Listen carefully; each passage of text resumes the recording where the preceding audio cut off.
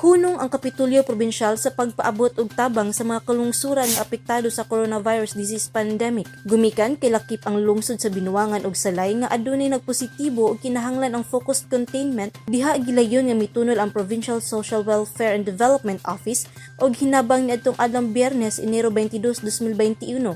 Matag lungsod na kadawat og tag 10 ka sako nga bugas, kun asa prioridad nga mahatagan niini kadtong mga gipailawom sa focus containment sa nahisgutang lungsod.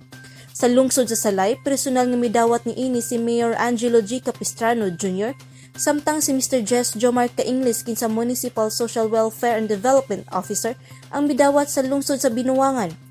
Dako ayo og tabang alang kanila nga nahatdan og ayuda gikan sa Kapitolyo.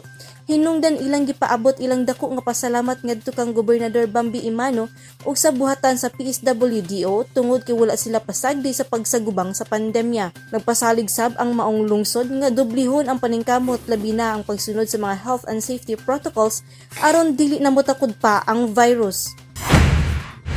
Samtang gipaabot ang COVID-19 vaccine, prioridad hangtod karon panahona ni Governor Bambi Imano uban ni Provincial Interagency Task Force Chief Dr. Jerry Kalingasan nga dili hunungon ang pagtunol og hinabang ngadto sa mga nagkinahanglan kay lakip sa iyang prioridad ang kahimsog sa panglawas sa katawhan sa lalawigan. Ako si Lambo Carla Lagutin, alang sa limpyo ug mataro nga panggobyerno, padayon Pilipino.